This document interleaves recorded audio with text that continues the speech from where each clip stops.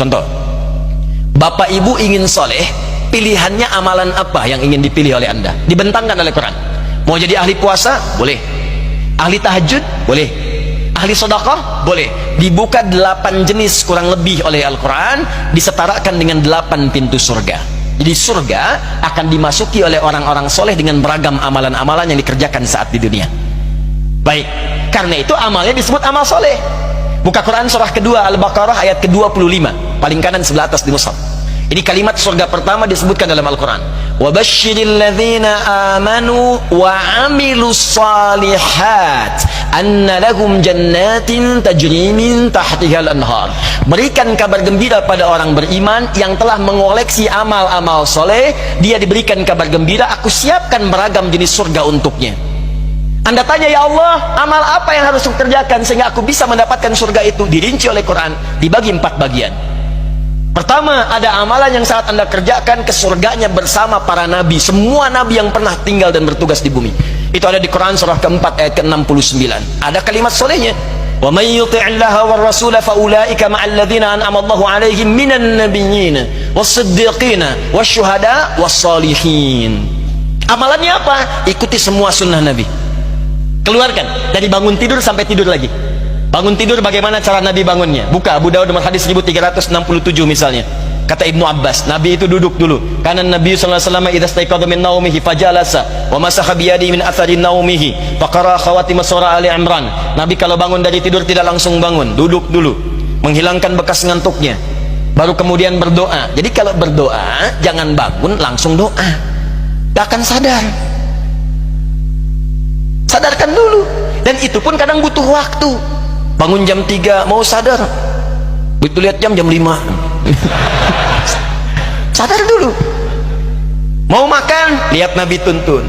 Mau ke toilet, lihat Nabi. Makanya silahkan cek, bandingkan dengan ajaran manapun. Anda hanya akan temukan dalam Islam semua pekerjaan kita ada bimbingannya dari Nabi berupa doa. Itu bimbingan. Nah, kita keluarkan.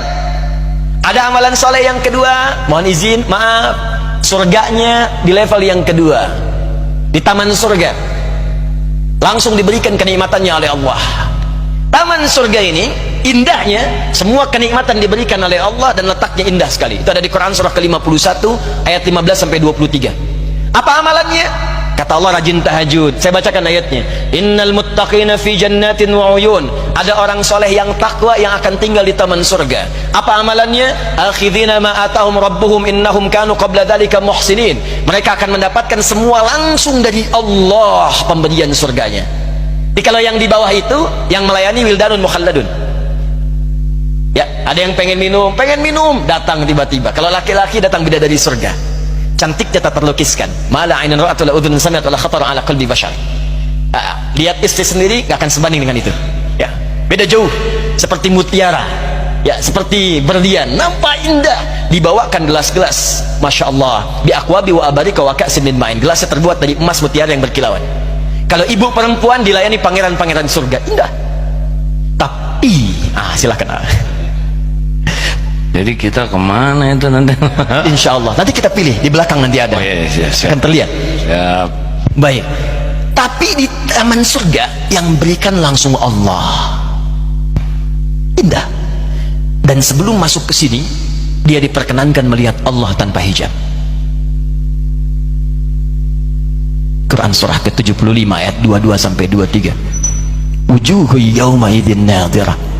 Ada orang yang wajahnya berbinar, gembira luar biasa. Bukan karena masuk surganya. Ila rabbiha nadhirah. Karena ia bisa menatap Allah yang dirindukannya yang tak pernah nampak. Anda berpisah dengan putra Anda 20 tahun. Dia katakan saya mau datang. Di bandara landing pesawat jam 7. Ibu akan datang jam berapa? Bahkan ada yang menginap untuk menyambutnya. Dan suasananya luar biasa.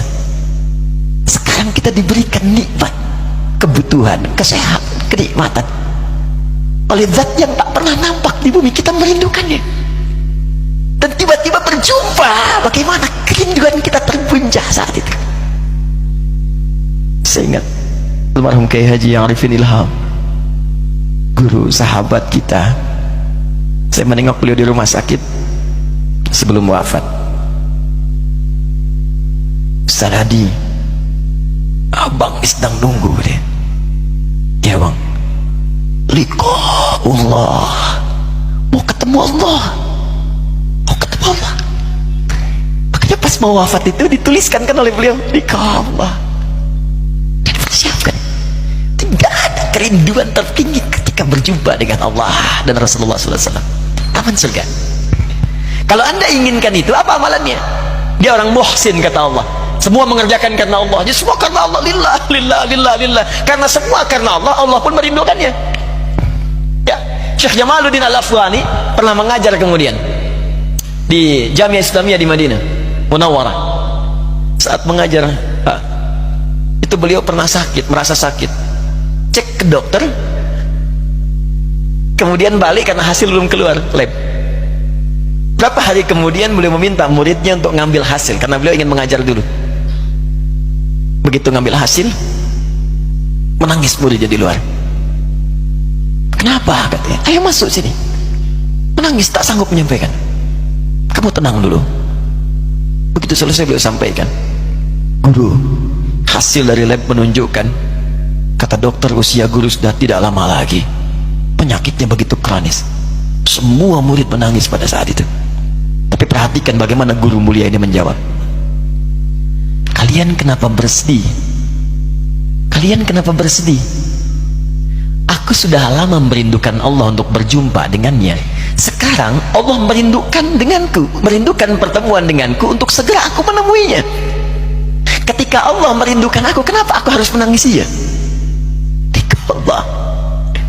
Karena itu ketika pulang dibalas dengan indah oleh Allah. Apa amalannya saat di dunia? Kanu qalila minal laili ma yahja'un. Orang ini kata Al-Quran sedikit tidurnya, malam bangun. Di dalam rumus fikih kalau sudah disebutkan di Quran jangan ditambah, jangan dikurang. Kata Quran sedikit tidur, dihilangkan ya tidur, ditambah sedikit-sedikit tidur, ya nggak bangun. Ya, wabil ashari hum yastaghfirun. Ini rumus. Kalau selesai tahajud, kalau bisa jangan sampai pas subuh, menjelang subuh. Sisanya dipakai istighfar sebelum subuh. Subuh 4:06, ya, jam 4 kurang seperempat, 4 kurang 10 selesai istighfar. Itu disebutkan oleh Quran, ahli istighfar di waktu sahar adalah orang yang seakan ahli surga yang sedang berjalan-jalan di bumi. Istighfar. Ya. Allahu akbar. Bil ashari hum yastaghfirun wa fi amwalihim haqqul lis-sa'ili wal mahrum. Sedang sedekah. Mau diminta mau nggak diminta, punya anggaran. Di sehari itu punya anggaran, walaupun cuma sedikit, yang penting sedekah. Dia ngejar amalan itu. Ya, apapun itu, mau wakaf, mau infak, mau macam-macam. Saya senang nih, biasanya di Darut Tauhid selalu ada itu kesempatan begitu. Tawaran tuh untuk masjid kah, untuk wakaf pesantren kah, dikejar. Jadi dia tuh punya anggaran untuk pulang. Nah, itu yang kedua. Yang ketiga, level orang soleh yang ditempatkan di surga, rumahnya seluas langit dan bumi. Wah, itu silahkanlah, mau maraton, mau kopdar, mau sepedaan, mau nggak nyampe-nyampe tuh. Ya, sepeda. Emang ada sepedaan di surga? Bahkan bukan cuma sepeda. Aa merindukan apapun baru kepikir langsung ada. Kuda? Bisa. Bisa.